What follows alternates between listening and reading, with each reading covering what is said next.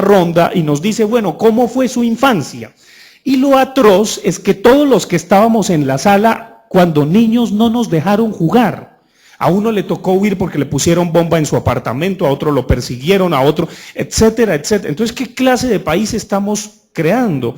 Y había un niño en la sala, entonces María Mercedes le dice, bueno, mijo, ¿y usted qué le pide al país? Y el niño dijo, que me dejen jugar. Que me dejen jugar. Algo tan elemental, tan sencillo. Bien, entonces que es supremamente serio. Sigamos. Entonces ya no son dinámicas de control y de dominación, sino de autorregulación y autoevaluación. El ejemplo que puso la doctora Cuadros al final es muy interesante. Entonces el papá de Nelson Mandela, él es el que camina, casi que se autocastiga porque su hijo se portó mal. ¿Qué maestro y qué padre hace eso? O sea, nosotros como educadores deberíamos ser los primeros en casi que cuestionarnos si un hijo se nos desvía, si un hijo está cometiendo un comportamiento errado. Entonces, antes que castigar al niño, mire qué maestro tiene, que es un poco lo que ocurre en la pedagogía. Si a un profesor le pierde la mayoría del curso, su clase, pues ¿qué profesor es? Momento. Evalúese primero usted. ¿De acuerdo? Sigamos. Bueno, esto tiene que ver con las reglas de transmisión en los procesos de enseñanza y aprendizaje. Hay mucha tela de dónde cortar, ustedes pueden consultar toda la bibliografía. A propósito de pedagogías invisibles e intensivas, pero me parece que tenemos que pensar más en los procesos y en esos procesos de temprana infancia, y obviamente la ley tiene que ayudar al cambio cultural. Porque es que no basta con el comuníquese y cúmplase, hay que comprender también las leyes. Porque si no, no funciona. Algo que es importante, sigamos, en términos a esa idea feroz de corregir del presupuesto que se tendría, bueno, pero entonces ¿cómo hacemos para formar ciudadanos? Es que hay que formar en la responsabilidad. Y la introyección de la norma pasa sobre todo por la cultura. No por la ley muerta o la letra muerta que se adjudica y entonces se actúa es por temor al castigo o por anhelar un premio, una recompensa. 4 cosas de las, bueno, ya eso se pasó a, bueno, 4 cosas de las, de las pedagogías invisibles. La madre es un agente preparador de la reproducción cultural. Es muy importante el rol de la mamá. Creo que tenemos que trabajar ferozmente con las madres de familia, sobre todo porque este país es un país donde prima la familia de hecho. La idea de un modelo de familia tipo San José la Virgen y el Niño Dios puede que quepa muy bien en la cabeza del señor procurador, pero no es la realidad sociológica, estadística de este país. Si ustedes estudian a doña Ligia Echeverry, que ya no es de Ferrufino, y a doña Virginia Gutiérrez, ella sí murió de Pineda, sobre sus estudios sobre la familia en Colombia, pues lo que uno tiene aquí es que hay partidas y contrapartidas y un montón de señores que dejaron regados hijos por todas partes. Entonces ese modelito de San José la Virgen y el Niño Dios es apenas un solo modelo de familia.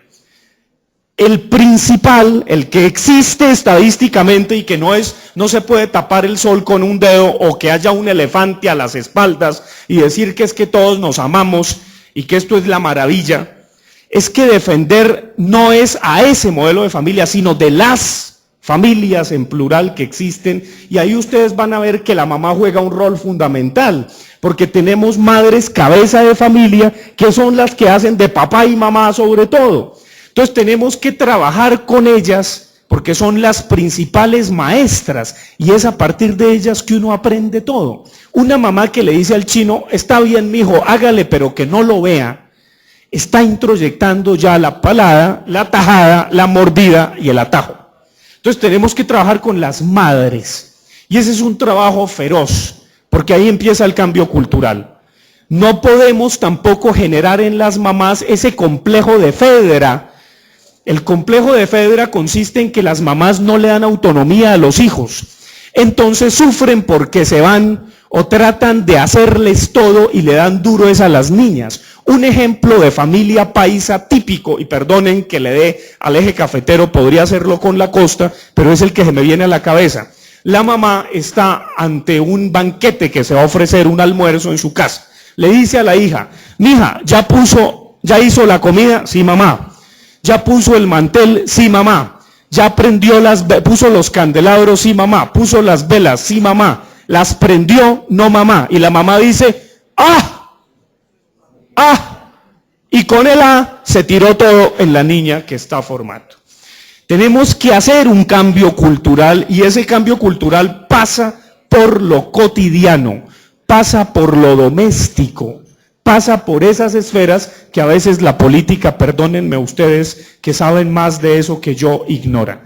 Y concluyo simplemente, bueno, hay una cantidad de modelos de espacio, de tiempo, hay una recomposición con respecto al espacio, al tiempo y a la autoridad. Sobre todo en un mundo donde vamos a estar en simultáneo. Ya los hijos se forman en el Atari. Yo no sé si ustedes saben que ya hay cafés internet en Bosa, donde ya las madres de familia no lo llevan al jardín, sino que lo dejan en el café internet. Bueno, entonces el mundo, ¿cómo va a cambiar? Entonces necesitamos prepararnos para enfrentar desde el mundo de la red, desde el mundo líquido, desde el mundo del ciberespacio, a nuestros niños y adolescentes y formarlos como buenos ciudadanos. Y algo que me parece muy importante, bueno, pasemos eso, tiene que ver con que tenemos que cambiar de modelo. No se trata de actuar bien por temor al castigo o esperando un premio, sino porque actuar bien es chévere, actuar bien es grato, puede ser bello. Tenemos que cambiar nuestra concepción educativa, no solo ética o moral más bien, sino estética. Y yo creo que hay que incidir ahí. Tenemos que trabajar en lo bello, no obsesionarnos tanto por lo bueno y lo recto, sino por lo bello.